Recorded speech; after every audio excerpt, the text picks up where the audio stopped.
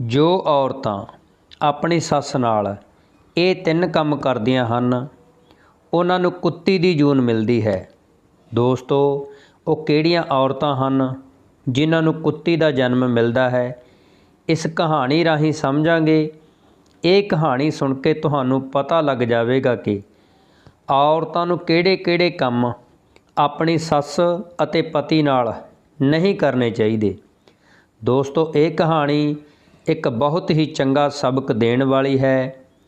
ਅਕਸਰ ਅੱਜ ਕੱਲ੍ਹ ਦੀਆਂ ਨੂੰਹਾਂ ਇਹ ਗਲਤੀਆਂ ਬਹੁਤ ਹੀ ਜ਼ਿਆਦਾ ਕਰਦੀਆਂ ਹਨ, ਇਸ ਲਈ ਉਹਨਾਂ ਨੂੰ ਇਹ ਦੱਸਣਾ ਬਹੁਤ ਹੀ ਜ਼ਰੂਰੀ ਹੈ।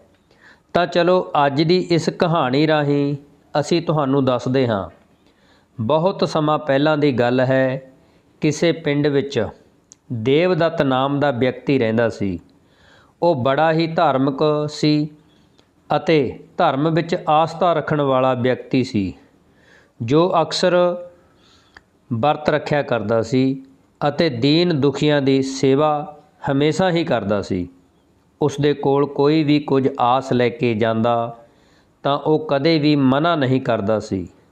ਇੱਕ ਦਿਨ ਦੀ ਗੱਲ ਹੈ, ਦੇਵਦੱਤ ਸਵੇਰੇ ਸਵੇਰੇ ਜਦੋਂ ਸੌਂ ਕੇ ਉੱਠਿਆ ਤਾਂ ਉਸਨੇ ਦੇਖਿਆ ਕਿ ਉਸ ਦੇ ਦਰਵਾਜ਼ੇ ਵਿੱਚ ਇੱਕ ਕੁੱਤੀ ਬੈਠੀ ਹੋਈ ਸੀ।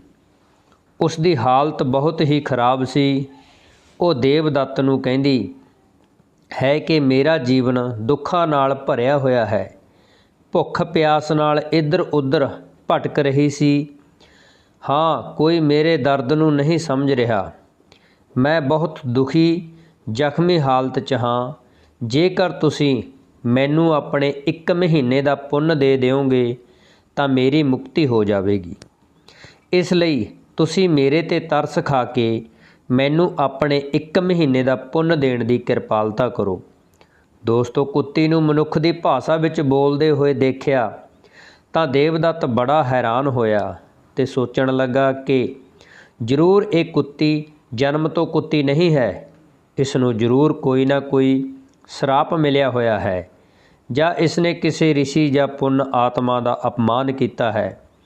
ਵਿਚਾਰ ਕਰਨ ਤੋਂ ਬਾਅਦ ਦੇਵਦੱਤ ਉਸ ਨੂੰ ਪੁੱਛਦਾ ਹੈ ਕਿ ਤੂੰ ਕੌਣ ਹੈ ਅਤੇ ਤੂੰ ਇਸ ਸਰੀਰ ਵਿੱਚ ਕਿਵੇਂ ਆਈ ਹੈ? ਕੀ ਮੈਂ ਤੇਰੇ ਪਹਿਲਾਂ ਵਾਲੇ ਜਨਮ ਨੂੰ ਜਾਣ ਸਕਦਾ ਹਾਂ ਕਿ ਤੂੰ ਇਸ ਤਰ੍ਹਾਂ ਦੇ ਕਿਹੜੇ ਪਾਪ ਕੀਤੇ ਸੀ ਜੋ ਤੈਨੂੰ ਕੁੱਤੀ ਦੀ ਜੂਨੀ ਵਿੱਚ ਜਨਮ ਲੈਣਾ ਪਿਆ? ਤਾਂ ਉਹ ਕੁੱਤੀ ਕਹਿੰਦੀ ਹੈ ਕਿ ਇੱਕ ਪਿੰਡ 'ਚ ਇੱਕ ਬੁੱਢੀ ਮਾਈ ਰਹਿੰਦੀ ਸੀ ਅਤੇ ਉਸ ਦਾ ਇੱਕ ਬੇਟਾ ਸੀ ਅਤੇ ਬਹੂ ਸੀ। ਉਹ ਆਪਣੇ ਬੇਟੇ ਅਤੇ ਬਹੂ ਨੂੰ ਬਹੁਤ ਪਿਆਰ ਕਰਦੀ ਸੀ। ਬੇਟਾ ਵੀ ਆਪਣੀ ਮਾਂ ਦੀ ਬਹੁਤ ਸੇਵਾ ਕਰਦਾ ਸੀ ਅਤੇ ਉਸ ਦੀ ਚੰਗੀ ਦੇਖਭਾਲ ਕਰਦਾ ਸੀ, ਕਿਉਂਕਿ ਉਹ ਬੁੱਢੀ ਮਾਈ ਬਹੁਤ ਜ਼ਿਆਦਾ ਬਜ਼ੁਰਗ ਹੋ ਚੁੱਕੀ ਸੀ। ਬੁੱਢੀ ਮਾਂ ਰੋਜ਼ਾਨਾ ਭਗਵਾਨ ਦੀ ਪੂਜਾ ਕਰਦੀ ਸੀ ਅਤੇ ਹਮੇਸ਼ਾ ਆਪਣੇ ਬਹੂ ਬੇਟੇ ਨੂੰ ਸੁਖੀ ਰਹਿਣ ਦਾ ਅਸ਼ੀਰਵਾਦ ਦਿੰਦੀ ਸੀ। ਉਸ ਦੇ ਸਰੀਰ ਵਿੱਚ ਇੰਨੀ ਵੀ ਤਾਕਤ ਨਹੀਂ ਸੀ ਕਿ ਉਹ ਖੁਦ ਕੁਝ ਕਰ ਸਕੇ। ਉਹਨਾਂ ਦੇ ਘਰ ਦੀ ਹਾਲਤ ਵੀ ਕੁਝ ਜ਼ਿਆਦਾ ਠੀਕ ਨਹੀਂ ਸੀ। ਤਾਂ ਇੱਕ ਦਿਨ ਉਸ ਦਾ ਬੇਟਾ ਕਹਿੰਦਾ ਹੈ ਕਿ ਮਾਂ, ਇੱਥੇ ਕੋਈ ਕੰਮ ਧੰਦਾ ਨਹੀਂ ਹੈ, ਇਸ ਲਈ ਮੈਂ ਪੈਸਾ ਕਮਾਉਣ ਲਈ ਪਰਦੇਸ ਜਾਣਾ ਚਾਹੁੰਦਾ ਹਾਂ। ਉਸ ਦੀ ਮਾਂ ਨੇ ਕਿਹਾ, ਠੀਕ ਹੈ ਬੇਟਾ, ਤੂੰ ਜਾ ਸਕਦਾ ਹੈ। ਤਾਂ ਉਹ ਲੜਕਾ ਆਪਣੀ ਬਹੂ ਨੂੰ ਸਮਝਾਉਣ ਲੱਗਿਆ ਕਿ ਦੇਖ, ਪੈਸੇ ਕਮਾਉਣ ਲਈ ਮੈਂ ਪਰਦੇਸ ਜਾ ਰਿਹਾ ਹਾਂ ਅਤੇ ਮੇਰੇ ਜਾਣ ਤੋਂ ਬਾਅਦ ਮੇਰੀ ਮਾਂ ਦਾ ਪੂਰਾ ਧਿਆਨ ਰੱਖੀ। ਉਸ ਨੂੰ ਕਿਸੇ ਵੀ ਤਰ੍ਹਾਂ ਦੀ ਕੋਈ ਦੁੱਖ ਤਕਲੀਫ ਨਹੀਂ ਹੋਣੀ ਚਾਹੀਦੀ। ਉਸ ਦੀ ਪਤਨੀ ਕਹਿੰਦੀ ਹੈ, ਠੀਕ ਹੈ ਜੀ, ਮੈਂ ਮਾਂ ਦਾ ਪੂਰਾ ਧਿਆਨ ਰੱਖੂੰਗੀ। ਤੁਸੀਂ ਮਾਂ ਦੀ ਚਿੰਤਾ ਬਿਲਕੁਲ ਵੀ ਨਾ ਕਰੋ। ਪਰ ਉਹ ਬਹੁਤ ਹੀ ਦੁਸ਼ਟ ਪ੍ਰਵਿਰਤੀ ਦੀ ਔਰਤ ਸੀ। ਉਹ ਹਮੇਸ਼ਾ ਉਸ ਬੁੱਢੀ ਮਾਈ ਤੋਂ ਛੁਟਕਾਰਾ ਪਾਉਣ ਦੇ ਤਰੀਕੇ ਲੱਭਦੀ ਰਹਿੰਦੀ ਸੀ। ਉਹ ਚਾਹੁੰਦੀ ਸੀ ਕਿ ਮੈਨੂੰ ਇਸ ਬੁੱਢੀ ਮਾਈ ਦੀ ਸੇਵਾ ਨਾ ਹੀ ਕਰਨੀ ਪਵੇ ਅਤੇ ਉਹ ਮਰ ਜਾਵੇ ਜਾਂ ਫਿਰ ਇਸ ਘਰ ਤੋਂ ਦੂਰ ਚਲੀ ਜਾਵੇ। ਪਰ ਉਸ ਦੀ ਇੱਕ ਨਹੀਂ ਚੱਲਦੀ ਸੀ। ਉਹ ਆਪਣੇ ਪਤੀ ਦੇ ਸਾਹਮਣੇ ਤਾਂ ਕੁਝ ਨਹੀਂ ਕਰ ਸਕਦੀ ਸੀ, ਪਰ ਉਸ ਦੇ ਪਤੀ ਦੇ ਜਾਂਦੇ ਹੀ ਉਹ ਆਪਣੀ ਮਨਮਰਜ਼ੀ ਕਰਨ ਲੱਗਦੀ ਸੀ। ਉਹ ਨਾ ਤਾਂ ਉਸ ਬੁੱਢੀ ਮਾਈ ਦੀ ਦੇਖਭਾਲ ਕਰਦੀ ਸੀ ਅਤੇ ਨਾ ਹੀ ਉਸ ਨੂੰ ਸਮੇਂ ਸਿਰ ਖਾਣਾ ਦਿੰਦੀ ਸੀ। ਕਦੇ ਦਿਨ ਵਿੱਚ ਖਾਣਾ ਦੇਤਾ ਤਾਂ ਰਾਤ ਦਾ ਨਹੀਂ ਦਿੱਤਾ, ਤੇ ਰਾਤ ਨੂੰ ਦੇ ਦਿੱਤਾ ਤਾਂ ਦਿਨੇ ਨਹੀਂ ਦਿੱਤਾ। ਭੋਜਨ ਨਾ ਮਿਲਣ ਕਰਕੇ ਬੁੱਢੀ ਮਾਂ ਹੋਰ ਵੀ ਜ਼ਿਆਦਾ ਕਮਜ਼ੋਰ ਹੋ ਗਈ। ਬਹੂ ਦੇ ਇਸ ਵਿਵਹਾਰ ਤੋਂ ਪਰੇਸ਼ਾਨ ਹੋ ਕੇ ਉਹ ਬੁੱਢੀ ਮਾਂ ਅੰਦਰ ਹੀ ਅੰਦਰ ਰੋਂਦੀ ਰਹਿੰਦੀ ਸੀ। ਉਹ ਆਪਣੇ ਬੇਟੇ ਨੂੰ ਬਹੁਤ ਯਾਦ ਕਰਦੀ ਸੀ, ਪਰ ਉਸ ਦਾ ਬੇਟਾ ਤਾਂ ਪ੍ਰਦੇਸ਼ 'ਚ ਪੈਸਾ ਕਮਾਉਣ ਲਈ ਗਿਆ ਹੋਇਆ ਸੀ। ਉਹ ਮਜਬੂਰ ਸੀ ਕਿ ਉਹ ਕਰੇ ਤਾਂ ਕੀ ਕਰੇ। ਆਪਣੇ ਪਤੀ ਦੀ ਗੈਰ ਹਾਜ਼ਰੀ 'ਚ ਬਹੂ ਨੇ ਆਪਣੀ ਸੱਸ 'ਤੇ ਬਹੁਤ ਜ਼ੁਲਮ ਕੀਤੇ। ਬੁੱਢੀ ਮਾਂ ਆਪਣੀ ਦੁਸ਼ਟ ਬਹੂ ਦੇ ਸਾਰੇ ਅਤਿਆਚਾਰ ਸਹਿੰਦੀ ਰਹੀ। ਉੱਧਰ ਕੁਝ ਦਿਨਾਂ ਬਾਅਦ ਉਸ ਦਾ ਪੁੱਤਰ ਪ੍ਰਦੇਸ਼ ਤੋਂ ਵਾਪਸ ਘਰ ਆਉਂਦਾ ਹੈ, ਤੇ ਉਹ ਸਭ ਤੋਂ ਪਹਿਲਾਂ ਆਪਣੀ ਮਾਂ ਦੇ ਕੋਲ ਜਾਂਦਾ ਹੈ ਤੇ ਪੁੱਛਦਾ ਹੈ ਕਿ ਤੇਰੀ ਸੇਵਾ ਠੀਕ ਤਰ੍ਹਾਂ ਹੋਈ ਵੀ ਹੈ ਜਾਂ ਨਹੀਂ ਮਾਂ। ਹੁਣ ਉਹ ਬੁੱਢੀ ਮਾਂ ਇਹ ਗੱਲ ਕਿਵੇਂ ਕਹੇ। ਉਹ ਸੋਚਣ ਲੱਗੀ ਕਿ ਜੇਕਰ ਬੇਟੇ ਨੂੰ ਮੈਂ ਸੱਚ ਦੱਸ ਦਿੱਤਾ ਤਾਂ ਬੇਟੇ ਤੇ ਬਹੂ ਦੀ ਲੜਾਈ ਹੋਵੇਗੀ, ਘਰ ਵਿੱਚ ਕਲੇਸ਼ ਹੋਵੇਗਾ, ਘਰ ਦੀ ਸੁੱਖ ਸ਼ਾਂਤੀ ਵਿਗੜੇਗੀ, ਤਾਂ ਲੋਕ ਕੀ ਕਹਿਣਗੇ ਕਿ ਮੇਰੀ ਵਜ੍ਹਾ ਨਾਲ ਘਰ ਵਿੱਚ ਕਲੇਸ਼ ਹੋ ਰਿਹਾ ਹੈ। ਇੰਨੇ ਦਿਨਾਂ ਬਾਅਦ ਮੇਰਾ ਬੇਟਾ ਘਰ ਆਇਆ ਹੈ, ਮੈਂ ਉਸ ਦੀ ਸੁੱਖ ਸ਼ਾਂਤੀ ਭੰਗ ਨਹੀਂ ਕਰਨਾ ਚਾਹੁੰਦੀ। ਇਸ ਤਰ੍ਹਾਂ ਉਸਨੇ ਆਪਣੇ ਬੇਟੇ ਨੂੰ ਕੁਝ ਨਾ ਦੱਸਿਆ ਤੇ ਕਹਿਣ ਲੱਗੀ, ਬੇਟਾ ਤੇਰੀ ਬਹੂ ਨੇ ਮੇਰੀ ਖੂਬ ਸੇਵਾ ਕੀਤੀ ਹੈ। ਇਹ ਸੁਣਦੇ ਹੀ ਉਸ ਬੁੱਢੀ ਮਾਈ ਦਾ ਬੇਟਾ ਖੁਸ਼ ਹੋ ਜਾਂਦਾ ਹੈ ਤੇ ਆਪਣੀ ਪਤਨੀ ਨੂੰ ਵੀ ਪਿਆਰ ਨਾਲ ਜਾ ਕੇ ਮਿਲਦਾ ਹੈ। ਜਦੋਂ ਸ਼ਾਮ ਹੋਈ ਤਾਂ ਉਹ ਆਪਣੀ ਪਤਨੀ ਨੂੰ ਕਹਿੰਦਾ ਹੈ ਕਿ ਤੂੰ ਮਾਂ ਨੂੰ ਖਾਣਾ ਖਵਾ ਦਿੱਤਾ ਹੈ, ਤਾਂ ਉਸਨੇ ਹਾਂ ਵਿੱਚ ਜਵਾਬ ਦਿੱਤਾ। ਜਦੋਂ ਬੇਟਾ ਆਪਣੀ ਮਾਂ ਦੇ ਕੋਲ ਜਾਂਦਾ ਹੈ ਤੇ ਕਹਿੰਦਾ ਹੈ, ਮਾਂ ਕੀ ਤੁਸੀਂ ਖਾਣਾ ਖਾ ਲਿਆ? ਤਾਂ ਮਾਂ ਕਹਿਣ ਲੱਗੀ, ਨਹੀਂ ਬੇਟਾ, ਅਜੇ ਮੈਂ ਖਾਣਾ ਨਹੀਂ ਖਾਧਾ। ਮਾਂ ਦੀ ਗੱਲ ਸੁਣਨ ਤੋਂ ਬਾਅਦ ਉਹ ਆਪਣੀ ਪਤਨੀ ਕੋਲ ਫਿਰ ਪਹੁੰਚਦਾ ਹੈ ਤੇ ਕਹਿਣ ਲੱਗਿਆ, ਮਾਂ ਤਾਂ ਮਨਾ ਕਰ ਰਹੀ ਹੈ ਕਿ ਮੈਂ ਖਾਣਾ ਨਹੀਂ ਖਾਧਾ, ਤੇ ਤੂੰ ਕਹਿ ਰਹੀ ਹੈ ਕਿ ਮਾਂ ਨੇ ਖਾਣਾ ਖਾ ਲਿਆ ਹੈ। ਤਾਂ ਉਸ ਦੀ ਪਤਨੀ ਕਹਿੰਦੀ ਹੈ ਕਿ ਤੁਸੀਂ ਵੀ ਕਿਹੋ ਜਿਹੀਆਂ ਗੱਲਾਂ ਕਰਦੇ ਹੋ। ਤੁਹਾਡੀ ਮਾਂ ਹੁਣ ਬਹੁਤ ਬੁੱਢੀ ਹੋ ਚੁੱਕੀ ਹੈ, ਇਸ ਲਈ ਉਹਨਾਂ ਦੀ ਯਾਦਾਸ਼ਤ ਵੀ ਕਮਜ਼ੋਰ ਹੋ ਗਈ ਹੈ। ਉਹ ਖਾਣ ਤੋਂ ਬਾਅਦ ਭੁੱਲ ਜਾਂਦੀ ਹੈ। ਲੜਕੇ ਨੇ ਸੋਚਿਆ ਕਿ ਹੋ ਸਕਦਾ ਹੈ ਕਿਉਂਕਿ ਮਾਂ ਦੀ ਉਮਰ ਬਹੁਤ ਹੋ ਚੁੱਕੀ ਹੈ, ਇਸ ਲਈ ਸ਼ਾਇਦ ਉਹ ਭੁੱਲ ਗਈ ਹੋਵੇਗੀ। ਪਤਨੀ ਨੇ ਕਿਹਾ, ਤੁਸੀਂ ਚਿੰਤਾ ਨਾ ਕਰੋ, ਮੈਂ ਉਹਨਾਂ ਨੂੰ ਖਾਣਾ ਖਵਾ ਦਿੱਤਾ ਹੈ। ਪਰ ਉਹ ਇਸ ਤਰ੍ਹਾਂ ਘਰ ਦਾ ਸਾਰਾ ਕੰਮ ਨਿਪਟਾ ਕੇ ਉਹ ਦੋਵੇਂ ਪਤੀ ਪਤਨੀ ਸੌਣ ਲਈ ਚਲੇ ਜਾਂਦੇ ਹਨ। ਇੱਧਰ ਉਹ ਬੁੱਢੀ ਮਾਂ ਬਹੁਤ ਦੇਰ ਤੱਕ ਇੰਤਜ਼ਾਰ ਕਰਦੀ ਰਹੀ ਕਿ ਸ਼ਾਇਦ ਬੇਟਾ ਜਾਂ ਬਹੂ ਖਾਣਾ ਲੈ ਕੇ ਆਉਣਗੇ, ਪਰ ਉਹ ਦੋਵੇਂ ਨਾ ਆਏ। ਬੁੱਢੀ ਮਾਂ ਦਾ ਪੂਰਾ ਦਿਨ ਭੁੱਖੇ ਹੀ ਨਿਕਲ ਗਿਆ। ਭੁੱਖ ਕਾਰਨ ਰਾਤ ਨੂੰ ਨੀਂਦ ਨਹੀਂ ਆ ਰਹੀ ਸੀ। ਭੁੱਖ ਨਾਲ ਉਸ ਦੀ ਆਤਮਾ ਰੋ ਰਹੀ ਸੀ। ਮਾਂ ਭੁੱਖੀ ਪਿਆਸੀ ਮੰਜੇ 'ਤੇ ਪਈ ਰੋਂਦੀ ਹੋਈ ਕਹਿਣ ਲੱਗੀ ਕਿ ਅੱਜ ਤਾਂ ਬਹੂ ਤੇ ਬੇਟਾ ਸੌਣ ਲਈ ਚਲੇ ਗਏ, ਮੇਰੀ ਜੋ ਆਸ ਸੀ ਉਹ ਵੀ ਟੁੱਟ ਗਈ, ਮੈਨੂੰ ਨੀਂਦ ਵੀ ਨਹੀਂ ਆ ਰਹੀ।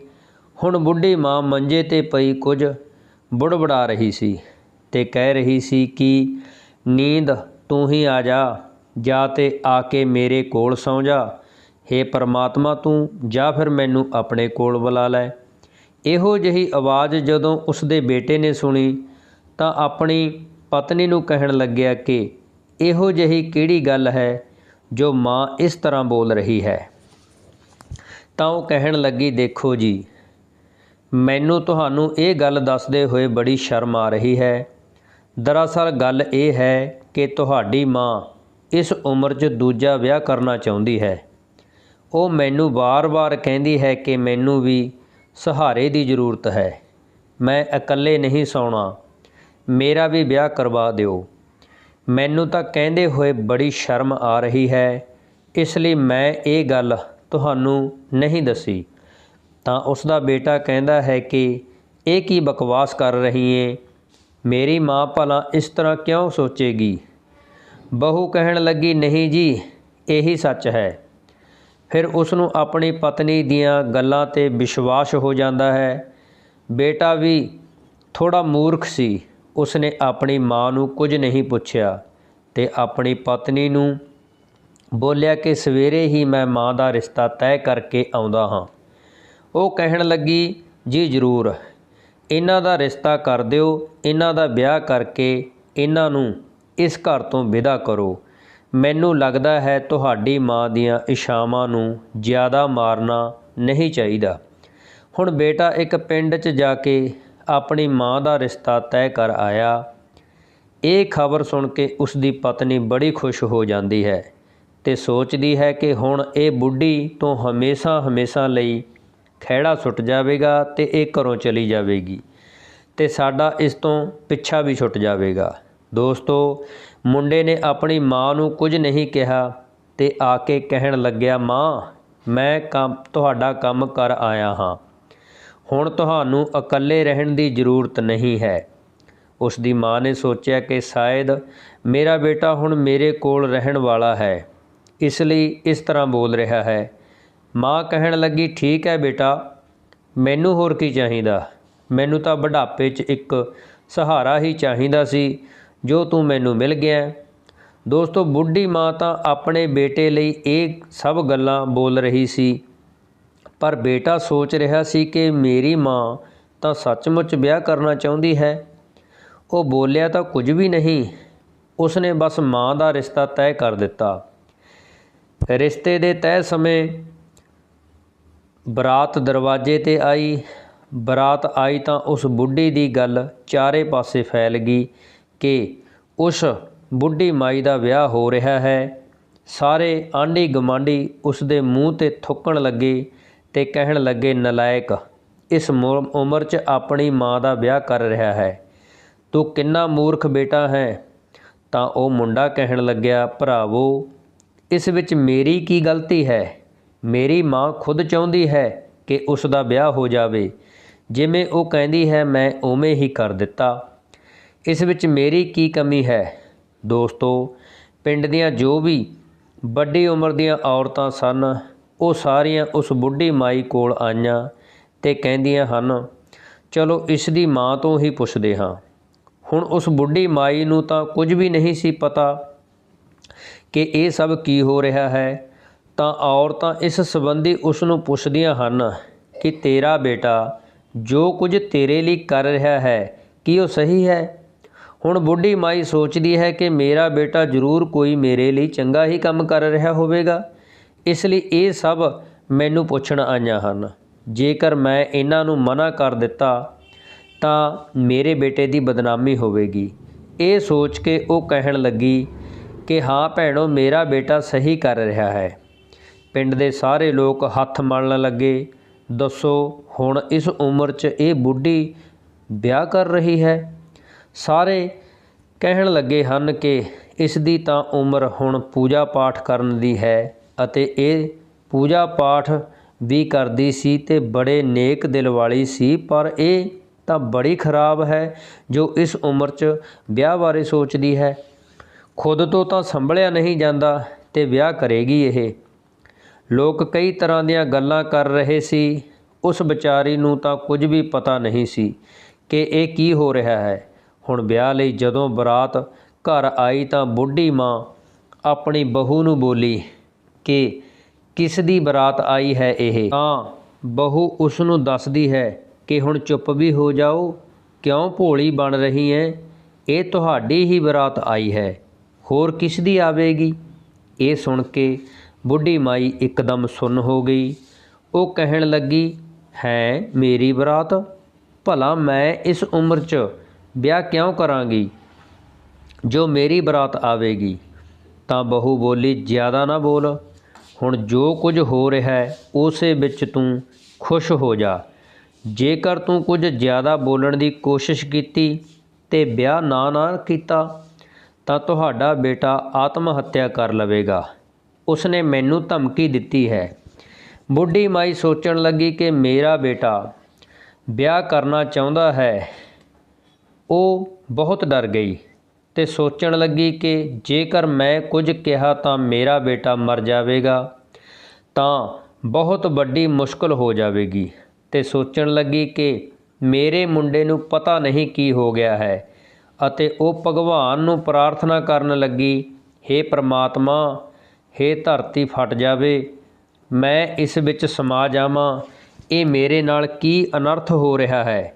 ਮੈਂ ਕਦੇ ਕਿਸੇ ਦਾ ਬੁਰਾ ਨਹੀਂ ਕੀਤਾ ਅਤੇ ਨਾ ਮੈਂ ਕਦੇ ਜ਼ਿੰਦਗੀ ਵਿੱਚ ਕਿਸੇ ਦਾ ਬੁਰਾ ਚਾਹਿਆ ਹੈ, ਪਰ ਅੱਜ ਮੇਰੇ ਨਾਲ ਗਲਤ ਕਿਉਂ ਹੋ ਰਿਹਾ ਹੈ। ਇਹ ਮੈਨੂੰ ਕਿਹੜੇ ਕਰਮਾਂ ਦੀ ਸਜ਼ਾ ਮਿਲ ਰਹੀ ਹੈ। ਇੰਨੇ ਵਿੱਚ ਉਸ ਦਾ ਬੇਟਾ ਆਉਂਦਾ ਹੈ ਅਤੇ ਕਹਿੰਦਾ ਹੈ, ਮਾਂ ਜਲਦੀ ਚਲੋ, ਨਹੀਂ ਤਾਂ ਮੈਨੂੰ ਗੁੱਸਾ ਆ ਜਾਵੇਗਾ। ਹੁਣ ਮੈਥੋਂ ਹੋਰ ਬਰਦਾਸ਼ਤ ਨਹੀਂ ਹੋ ਰਿਹਾ।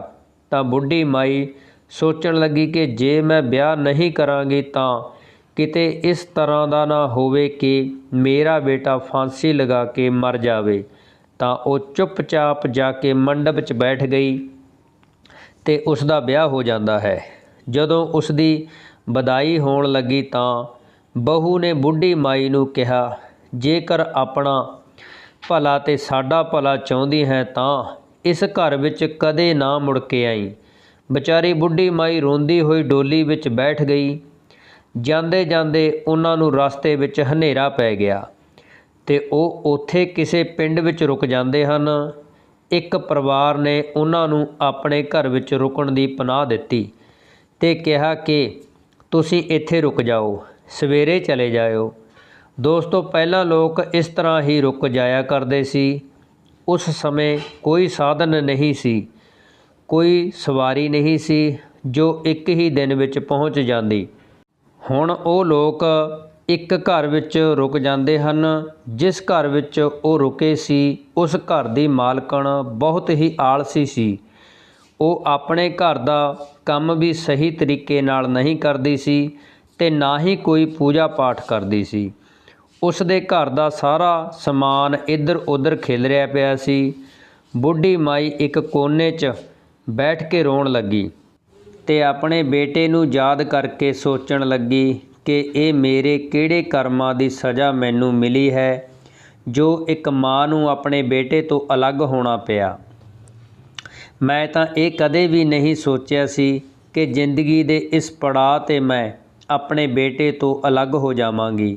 ਬੁੱਢੀ ਮਾਂ ਪਰਮਾਤਮਾ ਨੂੰ ਪ੍ਰਾਰਥਨਾ ਕਰਨ ਲੱਗੀ ਤਾਂ ਉਸਨੇ ਦੇਖਿਆ ਕਿ ਉਸ ਘਰ ਵਿੱਚ ਛੱਜ ਅਤੇ ਝਾੜੂ ਆਪਸ ਵਿੱਚ ਗੱਲਾਂ ਕਰ ਰਹੇ ਸੀ ਅਤੇ ਬਰਤਨ ਵੀ ਉਹਨਾਂ ਨਾਲ ਗੱਲਬਾਤ ਕਰ ਰਹੇ ਸੀ ਅਤੇ ਉਹ ਕਹਿ ਰਹੇ ਸੀ ਕਿ ਜੋ ਇਸ ਘਰ ਦੀ ਮਾਲਕਣ ਹੈ, ਇਸ ਦੇ ਕੋਲ ਲਕਸ਼ਮੀ ਕਿਵੇਂ ਠਹਿਰੇਗੀ। ਇਹ ਕਦੇ ਵੀ ਸਾਡੀ ਕਦਰ ਨਹੀਂ ਕਰਦੀ। ਕੁਝ ਬਰਤਨ ਕਹਿਣ ਲੱਗੇ, ਦੇਖੋ ਅਸੀਂ ਚਾਰੇ ਪਾਸੇ ਖਿਲਰੇ ਪਏ ਹਾਂ। ਝਾੜੂ ਕਹਿਣ ਲੱਗਿਆ, ਇਹ ਔਰਤ ਠੰਡ ਵਿੱਚ ਸਾਨੂੰ ਬਾਹਰ ਸੁੱਟ ਦਿੰਦੀ ਹੈ। ਕੋਈ ਇਸ ਤਰ੍ਹਾਂ ਦਾ ਨਹੀਂ ਹੈ ਜੋ ਸਾਨੂੰ ਚੁੱਕ ਕੇ ਅੰਦਰ ਰੱਖ ਦੇਵੇ। ਜੇਕਰ ਸਾਨੂੰ ਕੋਈ ਚੁੱਕ ਕੇ ਅੰਦਰ ਰੱਖ ਦੇਵੇਗਾ ਤਾਂ ਅਸੀਂ ਉਸ ਨੂੰ ਬਹੁਤ ਖੂਬਸੂਰਤ ਬਣਾ ਦੇਵਾਂਗੇ। ਦੈਵੀ ਸ਼ਕਤੀ ਦੀ ਉਸ 'ਤੇ ਕਿਰਪਾ ਹੋ ਜਾਵੇਗੀ। ਬੁੱਢੀ ਮਾਈ ਇਹ ਸਭ ਸੁਣ ਰਹੀ ਸੀ। ਉਹ ਇੱਕਦਮ ਉੱਠੀ ਅਤੇ ਉਸਨੇ ਸਾਰਾ ਸਮਾਨ ਚੁੱਕ ਕੇ ਟਿਕਾਣੇ 'ਤੇ ਰੱਖ ਦਿੱਤਾ ਅਤੇ ਉਹ ਬੁੱਢੀ ਮਾਈ ਇੱਕਦਮ 70 ਸਾਲ ਤੋਂ 16 ਸਾਲ ਦੀ ਸੋਹਣੀ ਕੁੜੀ ਬਣ ਗਈ।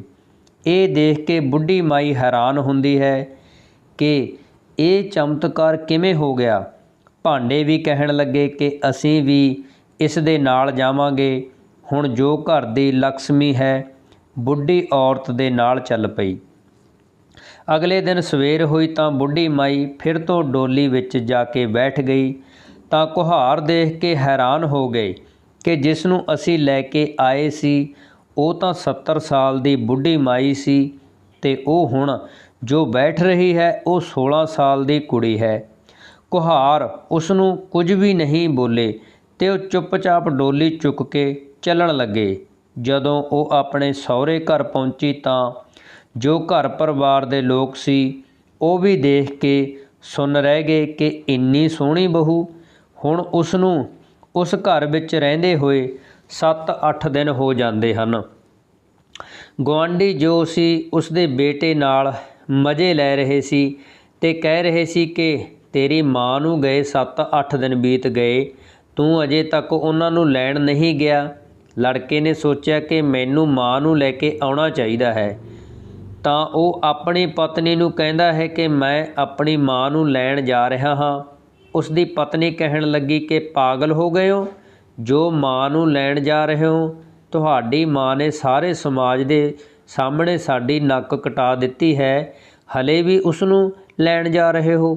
बेटा कहन लग्या नहीं नहीं, माँ नूं लैण जाना तां जाना ही पवेगा। बेटा अपनी माँ नूं लैण लई चला जांदा है। जदों उसदे सहुरे घर पहुँचदा है तां उसदी बुढ़ी माँ जो 16 साल की कुड़ी बन गई सी, उसने देखा कि उसका बेटा आया है, तां उसने भज के जाके मंजा डाहिया ते उस ते चादर वसाई ते बेटे नूं बड़े ही सन्मान दे नाल उस ते बिठाया ते पानी दा गिलास भर के लियाई ते वधिया वधिया खाना बना के खुआया ते उसदा हाल चाल पुछया।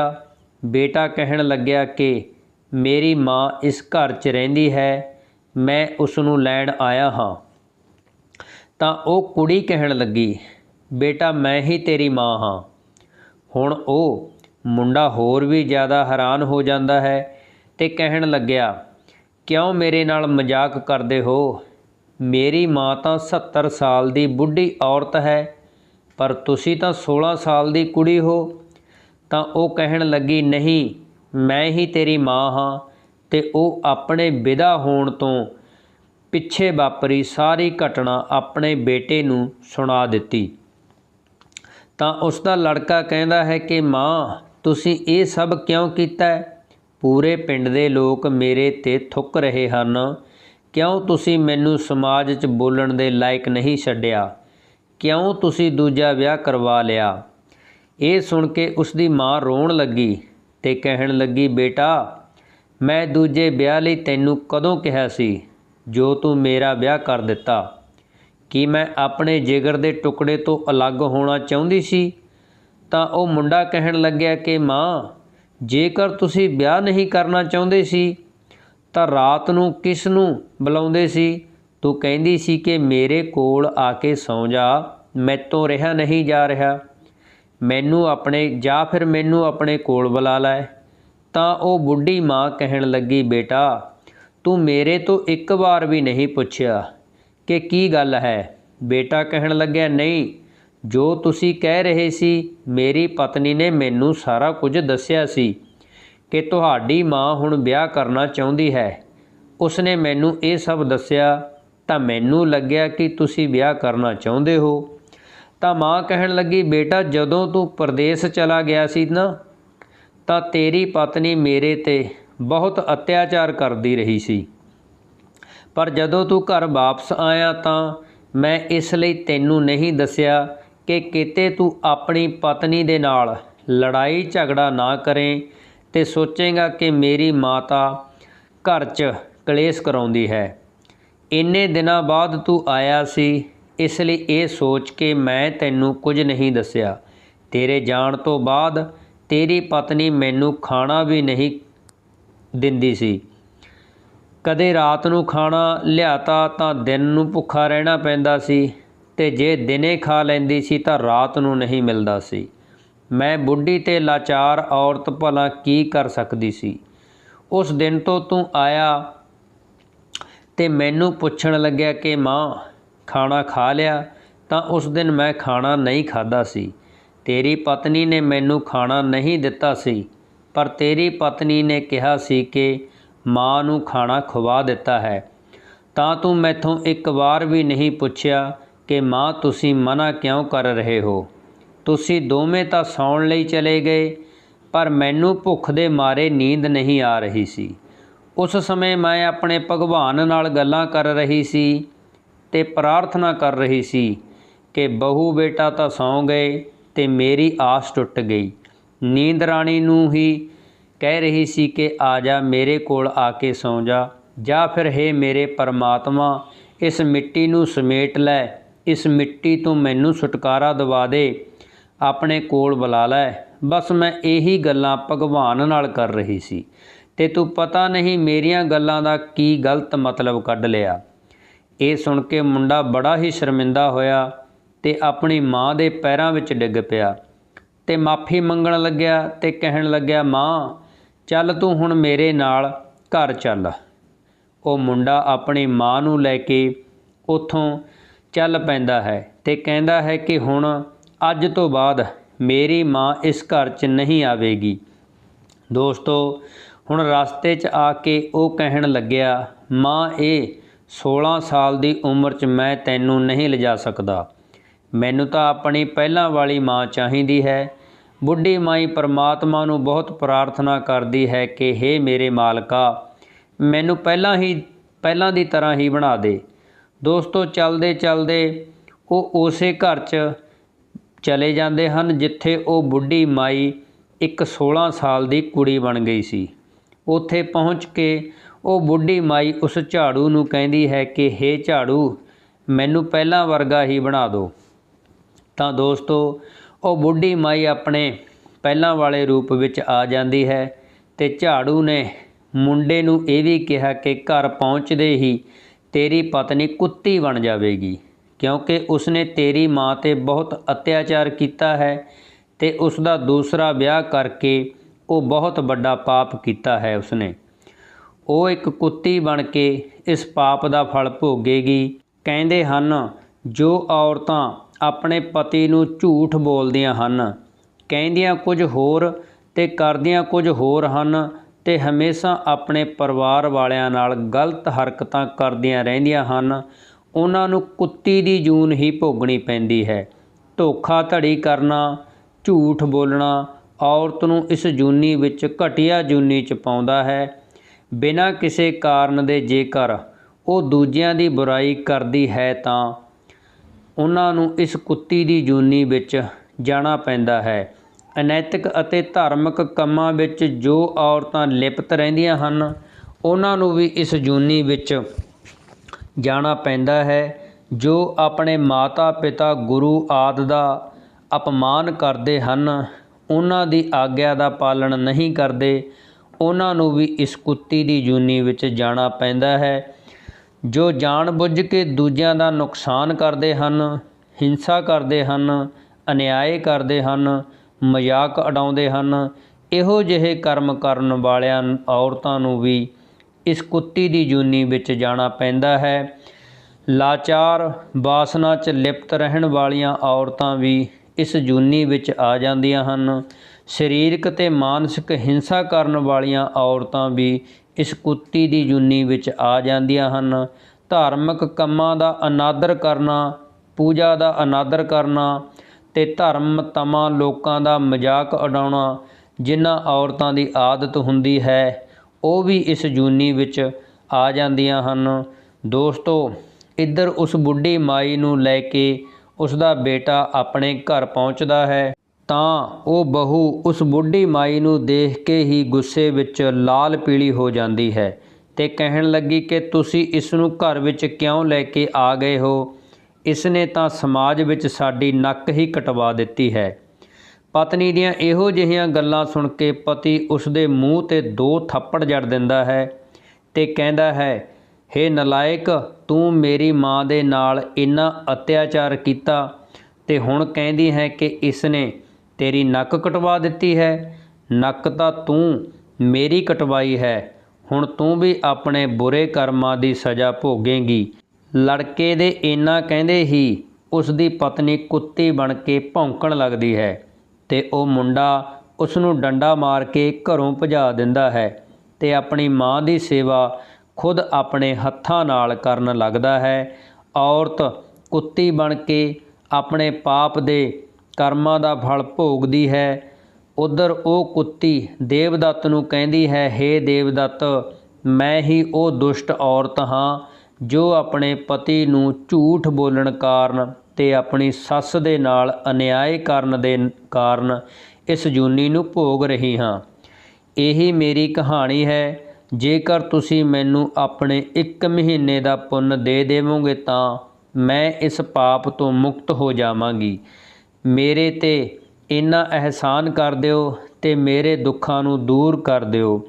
ਕੁੱਤੀ ਦੀ ਇਹ ਗੱਲ ਸੁਣਨ ਤੋਂ ਬਾਅਦ ਦੇਵਦੱਤ ਨੂੰ ਉਸ 'ਤੇ ਤਰਸ ਆ ਜਾਂਦਾ ਹੈ ਤੇ ਉਹ ਅਸਮਾਨ ਵੱਲ ਆਪਣੇ ਹੱਥ ਉਠਾ ਕੇ ਆਪਣੇ 1 ਮਹੀਨੇ ਦਾ ਪੁੰਨ ਉਸ ਕੁੱਤੀ ਨੂੰ ਦੇ ਦਿੰਦਾ ਹੈ। ਜਿਵੇਂ ਹੀ ਦੇਵਦੱਤ ਪੁੰਨ ਦਿੰਦਾ ਹੈ ਤਾਂ ਉਹ ਕੁੱਤੀ ਦੁਬਾਰਾ ਔਰਤ ਦੇ ਰੂਪ ਵਿੱਚ ਆ ਜਾਂਦੀ ਹੈ ਅਤੇ ਉਹ ਦੇਵਦੱਤ ਨੂੰ ਪ੍ਰਣਾਮ ਕਰਕੇ ਉੱਥੋਂ ਚਲੀ ਜਾਂਦੀ ਹੈ। ਬਚਿਆ ਹੋਇਆ ਜੀਵਨ ਭਗਵਾਨ ਦੀ ਭਗਤੀ 'ਚ ਬਿਤਾਉਂਦੀ ਹੈ। ਸੋ ਦੋਸਤੋ, ਜੇਕਰ ਤੁਹਾਨੂੰ ਸਾਡੇ ਵੱਲੋਂ ਇਹ ਕਹਾਣੀ ਦੱਸੀ ਗਈ ਚੰਗੀ ਲੱਗੀ ਹੋਵੇ ਤਾਂ ਕਮੈਂਟ ਸੈਕਸ਼ਨ ਵਿੱਚ ਜ਼ਰੂਰ ਦੱਸਣਾ ਜੀ। ਸਾਡੀ ਵੀਡੀਓ ਨੂੰ ਪੂਰਾ ਦੇਖਣ ਲਈ ਤੁਹਾਡਾ ਸਾਰਿਆਂ ਦਾ ਧੰਨਵਾਦ ਜੀ। ਮਿਲਦੇ ਹਾਂ ਕਿਸੇ ਅਗਲੀ ਵੀਡੀਓ ਦੇ ਵਿੱਚ। ਤਦ ਤੱਕ ਲਈ ਆਪਣਾ ਖਿਆਲ ਰੱਖਿਓ ਜੀ।